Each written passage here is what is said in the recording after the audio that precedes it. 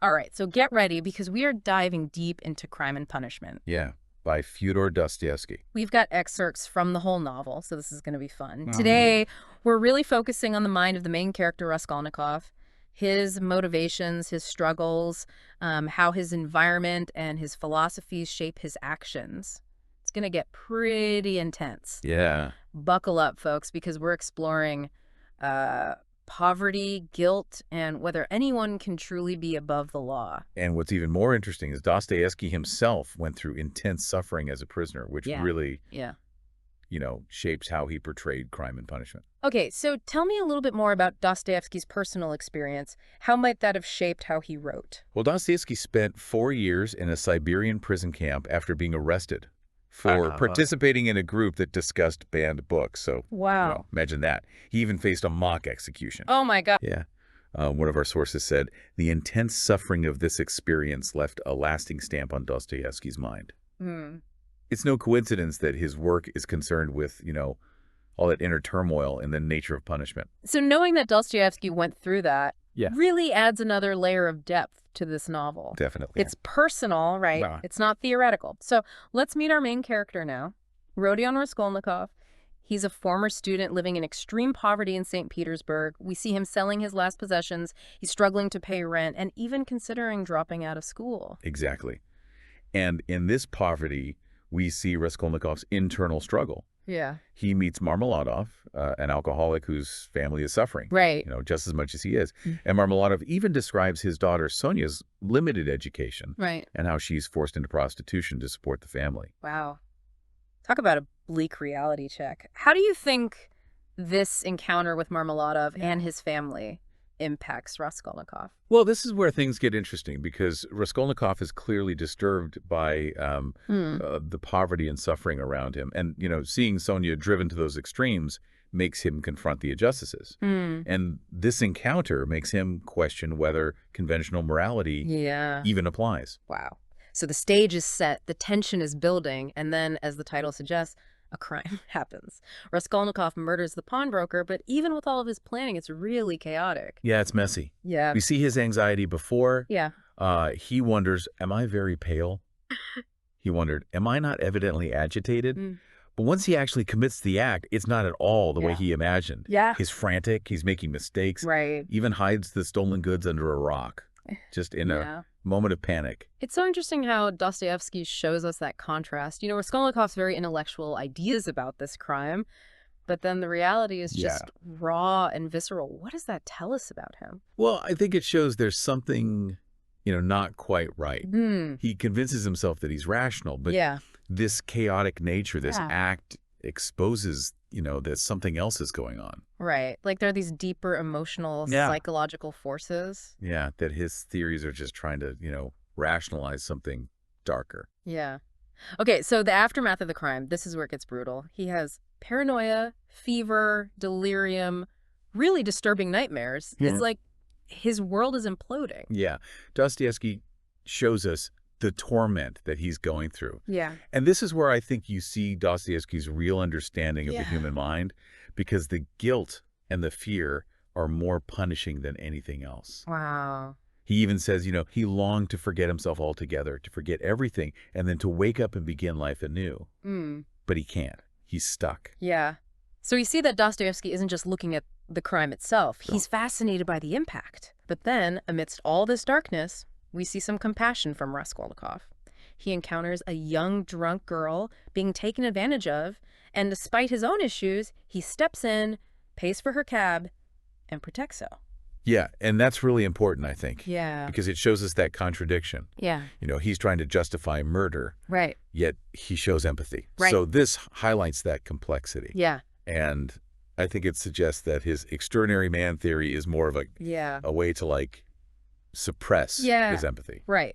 So what is this extraordinary man theory, and what role does it play in the novel? Well, so before the murders, Raskolnikov wrote an article arguing that some individuals, the extraordinary ones, Right. are above conventional morality. They have the right to commit crimes because they're, exceptional, godlike. That's heavy stuff. I can already see how that could be used to justify all Right. sorts of things. Exactly. And we see this in Raskolnikov's conversations with Porfiry Petrovich, the detective. Right. Um, Porfiry confronts him about the article, forcing him to defend it. He even quotes him saying, "But extraordinary men have a right to commit any crime and to transgress the law in any way just because they are extraordinary." That is a red flag for sure. Oh, yeah. So it seems like Dostoevsky is warning us, about this idea of justifying anything, Right. no matter how bad. For sure. And I think, if you connect it to history, this idea of exceptionalism Yeah. has been used to justify a lot of bad things. Yeah. So Dostoevsky's making us think about that. So we've got Raskolnikov dealing with guilt, poverty, this idea, and then there's Sonia living a life of poverty, forced into prostitution. And in a moment of intense emotion, Raskolnikov confesses to her. Right. And that confession, Yeah. that's key. Yeah. Sonia falls to her knees, begging him Right. to seek redemption, to confess to the authorities. Yeah. It's clear that, Raskolnikov is Yeah. seeking something from Sonia. Right. Someone who understands suffering. Exactly. It doesn't bring him peace, though, does it? Well, no. It's a long road. Mhm. He confesses to the authorities, faces trial. Right. He's sentenced to hard labor in Siberia. Mhm. But even then, he's still struggling, trying to rationalize what he did. He's not there yet. So the physical punishment is one thing, but the real battle's in his mind. For sure. He's searching for a way out. It's going to be a tough journey. Definitely. Dostoevsky doesn't give us easy answers. Right. He's going deep. Mm-hmm. And then we meet Svidrigailov. Svidrigailov, yeah. A really morally ambiguous character. He's got a dark past, involved in crime, and then he becomes obsessed with Dunya, Raskolnikov's sister. Right. And he's like a contrast to Raskolnikov. Right. Like, they've both done bad things, but Yeah. Svidrigailov just embraces this nihilism. Right. Whereas Raskolnikov is still Yeah. struggling with guilt. Right. So, it shows you the different choices you can make. Right. And the consequences. So they're like two sides of the same coin. Yeah. And then they have this crazy confrontation Oh, yeah. where Dunya, she's got a revolver, Wow. and she ultimately chooses to spare him. That's huge. So it highlights the choices they make, right? Yeah. This Svidrigailov can't find redemption, and he ends up taking his own life. Wow. But Raskolnikov is clinging to that hope, Yeah. chooses a different path. Yeah. Wow. There's so much here. We've got poverty, guilt, murder, these philosophies, complex characters, and we're Wow. just getting started. That was intense. Yeah. Dunya and Svidrigailov and his decision to end his own life. Why do you think he chose that path? It seems like on the surface, he was just consumed Right. by everything. Couldn't find redemption. Right. And chose suicide as an escape. But maybe there's something more. Yeah, I think so. It also forces Raskolnikov to face, Yeah. the consequences. What could happen to him? Right, that's a good point. So Svidrigailov's death isn't just a plot point. It really impacts Raskolnikov. But speaking of Dunya, remember Luzhin? The guy she was supposed to marry? Oh, yeah. He's back. And he's not exactly a great guy. Well, Luzhin, he's interesting because Yeah. he's a different kind of evil. Right. Svidrigailov is passionate, but Luzhin is cold. Right. He just wants to climb the social ladder. And he tries to frame Sonia for stealing. Oh, yeah. That dinner scene. Right. It's so important. Right. It shows you who he really is. Totally. What was he even trying to do? I think he wanted to cause chaos, Hmm. discredit Sonia, and then control Dunya. Wow.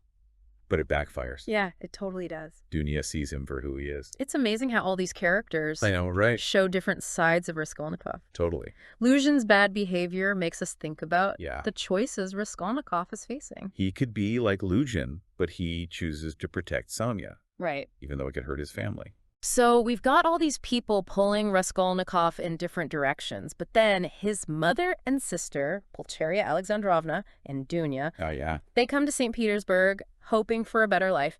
They have no idea what he's going through. It's tough because he wants to protect them Right. from the truth. He can't confess. It's so sad to see his mom so excited I know. and him just completely messed up inside. Then Dunya, she's smart. Yeah. She can sense something's wrong. He's like this moral compass. Yeah, definitely. That he desperately needs.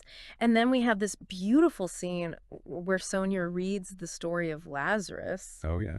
to Raskolnikov. What do you think that means? I think it shows there's still hope. Sonia, even with all her pain, believes in renewal. Right. Rising from the dead, she's giving him a way out. It's not just the story, but the way she reads it. Yeah, she's so vulnerable. It shows how much she cares. Exactly. And it leads him to confess to her. Right. He finally admits to the murders. But even then, he tries to justify it. Yeah, he says he wasn't a louse. Right. Like, he had the right. He's still clinging to that idea. Yeah. That's his struggle. He knows it's bad. But emotionally, he's trapped. And Sonia helps him. Yeah. She tells him to confess, to accept the punishment, Right. to find redemption through suffering. But while that's happening, we have Porfiry Petrovich, the detective. Oh, yeah. This cat and mouse game He's even... closing in. Porfiry is not your typical detective. Right.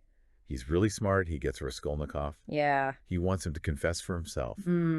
True justice. Yeah. You know? It's like he wants to help Raskolnikov see the truth. Yeah, and it's working. Yeah, totally. Raskolnikov is freaking out. He doesn't trust anyone. Right. Even his friend Razumikin. So much tension. Dostoevsky's a master of suspense. You just know something's going to happen. Yeah. And then boom, Nikolai, the painter, confesses. Wow.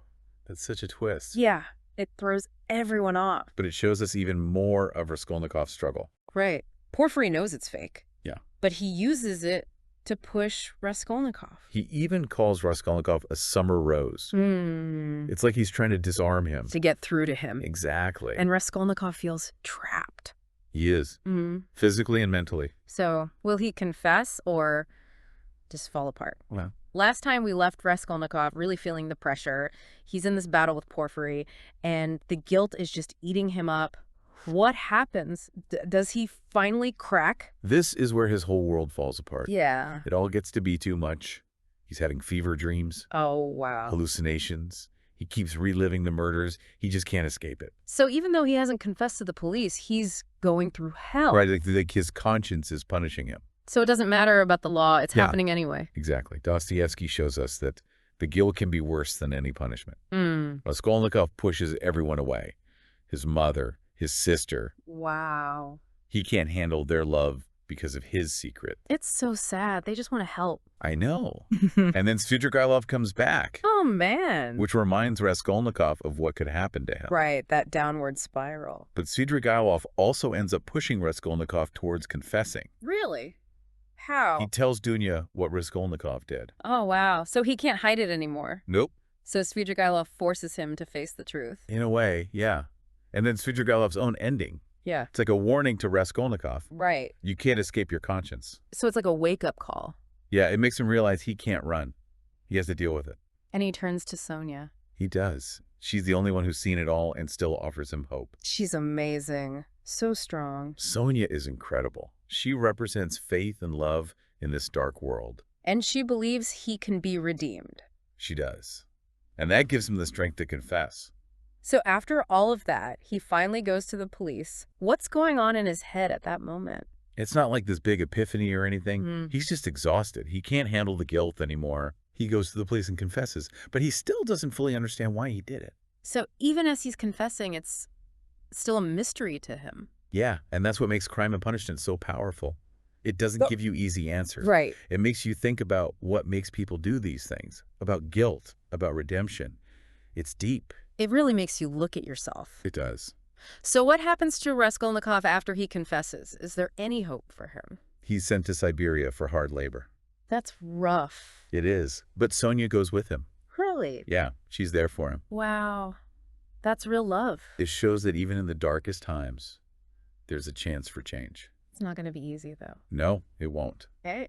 But it's possible. So after this deep dive into Crime and Punishment, what should our listeners take away from this? This book is about so much more than just a crime. Right. It's about what it means to be human. It makes you think about right and wrong, about guilt, about hope. It doesn't tell you what to think, but makes you ask the questions yourself. It makes you look inside yourself. Yeah. So we really encourage you to read the whole book. It's a powerful experience. And until next time, keep diving deep.